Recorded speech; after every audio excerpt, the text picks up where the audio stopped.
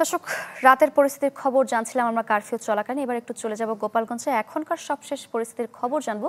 সেখান থেকে যুক্ত হচ্ছেন আমাদের দুজন সহকর্মী। শুরুতে চলে যাব সুলতান মাহমুদ আরিফের কাছে। আরিফ, কেমন দেখছেন পরিস্থিতি? কারফিউ তো চলছে, মানুষজন রাস্তায় বের হচ্ছে কিনা?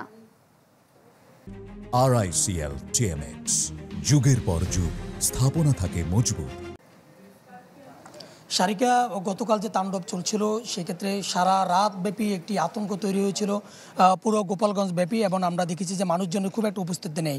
এবং আজকে সকাল থেকে, যেহেতু গতকাল রাত 8টা থেকে কারফিউ জারি ছিল, এবং আজকে সকালে আমরা এখানকার এসে এখন পর্যন্ত গতকালকে যে ধ্বংসলীলা সেগুলো আমরা একটু দেখানোর চেষ্টা করব। একটি দেখতে পাচ্ছেন যে এখন পর্যন্ত যে পোড়া চিত্র সেগুলো কিন্তু রয়েছে, এবং পাশে যে ট্রাফিক বক্সটি রয়েছে আমরা একটু দেখানোর চেষ্টা করি। আমরা দেখতে পাচ্ছেন যে এখানকার যে ট্রাফিক বক্স সেটিও কিন্তু গতকাল রাতে পুরো গতকালকে যে তাণ্ডবলীলা সেটি পুড়ে দেওয়া হয়েছে। এখন পর্যন্ত ভিতরে যে পোড়া চিহ্নগুলো রয়েছে, আমরা একটু ভিতরের দৃশ্যগুলো আমরা একটু দেখানোর চেষ্টা করছি। যে ভিতরের যে ট্রাফিক বক্স এখনও দেখা যাচ্ছে যে পুরোটা পুড়ে, গতকালকে সংঘর্ষের কারণে পুরোটা পুড়ে দেওয়া হয়েছে। এবং যে মেন সড়কটি রয়েছে, যে মেন সড়কের আমরা এখানকার দৃশ্যগুলো দেখাচ্ছি, যে গতকালকে অর্থাৎ এনসিপির যে সমাবেশের পর তাদের যে গাড়ি বহর যাওয়ার সময় এখানকার যে সড়কে যে ব্যারিকেড দেওয়া হয়েছে, এখানে বাঁশ ফেলে ইট ফেলে যে ব্যারিকেড দেওয়া হয়েছে, সে বাঁশগুলো কিন্তু এখনও রয়েছে।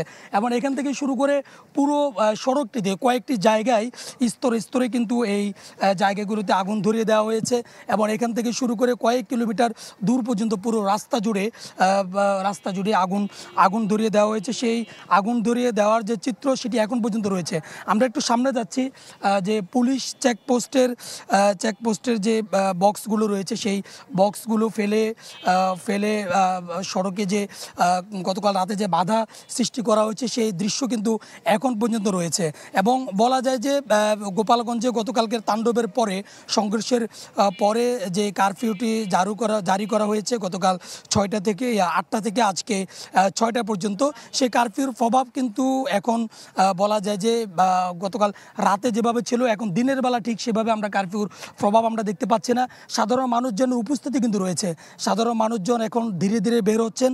তবে আইনশৃঙ্খলা রক্ষাকারী বাহিনীর সদস্যদের উপস্থিতি কিন্তু আমরা সকাল থেকে কারফিউ জারির পর যেভাবে আসলে আইনশৃঙ্খলা রক্ষাকারী বাহিনীর সদস্যদের থাকা দরকার আমরা সেভাবে আমরা কিন্তু দেখিনি। আমরা ঠিক এখন যে জায়গাটিতে রয়েছি এটি ঠিক যে জায়গাটিতে গতকাল রাতে গতকালকে এনসিপি সমাবেশ করেছিল, পথসভা করেছিল, আমরা ঠিক এখন সেই জায়গায়, অর্থাৎ সেই জায়গাটিতে আমরা রয়েছি। সেখানকার যে তাণ্ডব চিত্র গতকাল সারা দিনব্যাপী এখানে হয়েছিল, ধাওয়া পাল্টা ধাওয়া, ইট পাটকেল নিক্ষেপ, গোলাগুলি, সেই জায়গাটিতে আমরা এখন রয়েছি। গতকালকে যারা এখানে তাণ্ডব চালিয়েছিল আজকে কিন্তু তাদের সেরকম উপস্থিতি কিন্তু আমরা এখন পর্যন্ত আজকে আর দেখিনি। তবে বলা যায় যে সারিকা, আজকের চিত্র যদি আমি বলি, এখন পর্যন্ত বলা যায় গোপালগঞ্জের যে পরিস্থিতি সেটি শান্ত রয়েছে। এবং সাধারণ মানুষজন কিছুটা গতকাল রাতে কিন্তু আমরা দেখি নাই যে কাউকে মাঠে নামতে, রাস্তায় আসতে। তবে বেলা যত বাড়ছে আমরা সাধারণ মানুষের উপস্থিতি দেখছি,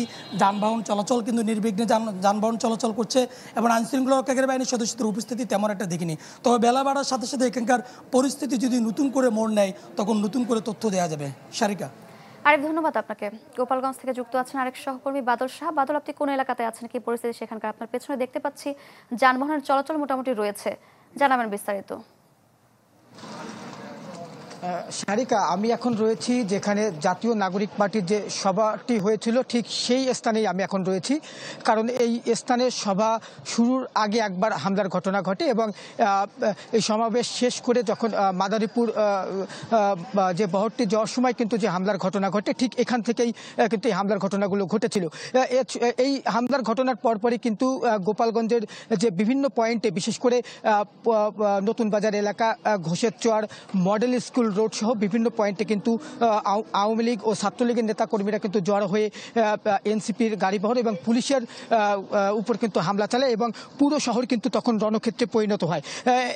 এরপরে কিন্তু আসলে 22 ঘন্টার যে কারফিউ সেটি জারি করা হয়। তবে রাতে কিন্তু সাধারণ মানুষ আতঙ্কে থাকলেও সকাল থেকে কিন্তু এই আতঙ্ক কিছুটা কেটেছে। মানুষ কিন্তু এই কারফিউ উপেক্ষা করে রাস্তাঘাটে বের হতে শুরু করেছে। তবে বিশেষ করে যারা দিনমজুর তারা কিন্তু তাদের পেটের তাগিদে তারা কিন্তু এই শহরে বের হয়েছেন এবং তারা কিন্তু যে রিক্সা বা ভ্যান চালিয়ে তাদের যে জীবন জীবিকা সেটি কিন্তু তারা নির্বাহ করতে বের হয়েছেন সকল আতঙ্ক ভুলে গিয়ে। আরেকটি বিষয় হচ্ছে যে এখন পর্যন্ত কিন্তু যে এই ঘটনায় কোনো মামলা দায়ের বা কোনো গ্রেপ্তার হয়েছে কিনা সেটি কিন্তু আমাদের এখনো কিন্তু পুলিশ প্রশাসন জানাতে পারেনি। আমরা কিছুক্ষণ আগেও কিন্তু পুলিশের সাথে এই বিষয়টি নিয়ে যোগাযোগের চেষ্টা করেছি, কিন্তু কোনোভাবেই কিন্তু পুলিশ আসলে আমাদের সাথে যোগাযোগ করছে না বা এই বিষয়ে আসলে কোনো তথ্য দিচ্ছে না। ফলে কিন্তু আমরা এই বিষয়টি নিয়ে কিন্তু সাধারণ মানুষকে আসলে বা দর্শকদের কিন্তু আমরা জানাতে পারছি না। তবে আমরা তাৎক্ষণিক যখনই এই বিষয়গুলো জানতে পারবো তখনই আমরা চ্যানেল 24-এর মাধ্যমে সবাইকে জানিয়ে দেব। এই ছিল আমার কাছে গোপালগঞ্জের সবশেষ পরিস্থিতির খবর। সারিকা। বাদল সাহা, ধন্যবাদ আপনাকে। দর্শক, কারফিউ পরিস্থিতির খবর জানাতে গোপালগঞ্জ থেকে যুক্ত হয়েছিলেন আমাদের দুজন সহকর্মী।